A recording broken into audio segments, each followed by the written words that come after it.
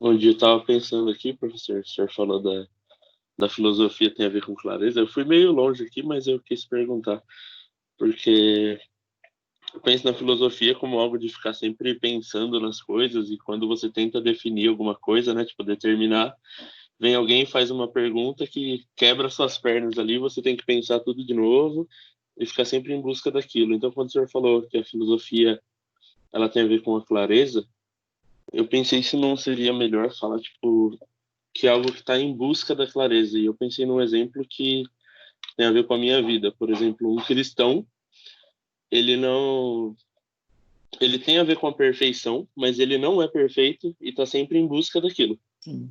Sabe? É isso que eu queria saber. Fugiu totalmente da aula, mas é que Não, eu não fugiu, não fugiu, porque esse exemplo da santidade ele é muito interessante, né? O cristão ele não tem a santidade, mas ele busca a santidade. Portanto, ele busca aquilo que ele não tem.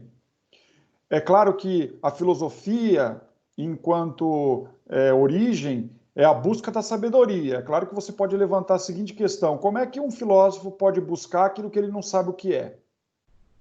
Ou como é que nós podemos invocar a Deus? Olha só, se eu não sei o que é Deus, porque se eu não sei o que é Deus e eu digo que invoco a Deus, eu posso estar invocando uma coisa totalmente diferente de Deus, achando que estou invocando a Deus. Então é claro que existem aí aquilo que a gente poderia chamar de aporias, uma espécie de rua sem saída. Mas veja, quando a aporia, quando o problema está claro, isso já é filosofia, né? O problema é quando nem o problema está claro. Então você não tem nem como começar a colocar, né, o seu pensamento na tentativa de desenvolver ou de resolver aquele problema, porque você não entendeu nem mesmo o problema, tá? Então, eu acho que você toca num ponto importante, que é pensar a filosofia a partir de seus problemas.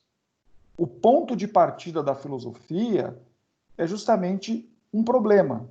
É claro que desse problema você pode se deparar com outros, né? Mas enquanto você tem problema, você consegue alimentar ou desenvolver uma reflexão, tá? Então, eu gostaria de aproveitar essa fala do Said e indicar um livro para vocês. Eu vou escrever aqui. Tá aí. A filosofia a partir de seus problemas, de um professor da PUC chamado Mário Porta. Esse é um professor, ele é uruguaio, mas está no Brasil há muito tempo. Ele é um estudioso de Kant. E ele fala da importância de fazer filosofia a partir dos problemas que a realidade nos impõe, né? Então, por exemplo, hoje nós vivemos uma situação de grande desafio, porque a própria realidade ela nos impõe inúmeros problemas e nós temos que dar conta desses problemas. Um dos problemas que é justamente encontrar vacina, sei lá, para um vírus que é, é capaz de se proliferar de forma muito rápida, né? Então é uma corrida para achar a vacina. Então veja, a realidade ela levanta, ela nos coloca um problema e ela nos força a pensar. Uma outra coisa que a realidade nos força a pensar é o processo de aceleração da vida cibernética. Isso é uma coisa para a gente pensar. Porque, por exemplo, aquilo, no meu caso, demoraria, sei lá, 5 anos ou 10 anos para eu começar a mexer num editor de vídeo, né? Porque a internet ela vai aumentando, né, o seu espaço dentro do trabalho. Aí chega um momento, eu vou mexer com edição de vídeo, não tem jeito. Diante da pandemia, a realidade me força, né, a mexer com isso. Então, veja, a realidade me traz um problema e essa realidade me faz pensar.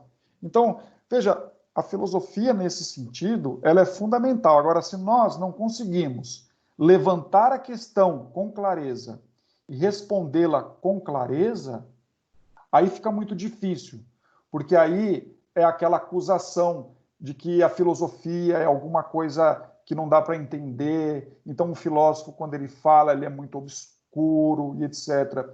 É claro que se você resolve ler um texto que está lá no século IV a.C., é sempre muito mais difícil, porque ele está usando de uma linguagem totalmente diferente da sua, em um contexto totalmente diferente do seu, em uma língua totalmente diferente da tua.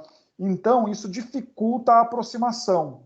Mas é claro que há outras formas de aproximação. Por exemplo, você tem um texto do Platão, que é um texto, sei lá, muito difícil de você penetrar, e você, antes de ler esse texto, você pode ler um intérprete, que é um especialista sobre aquele texto, e ele pode dar algumas dicas orientando um pouco a sua leitura, né?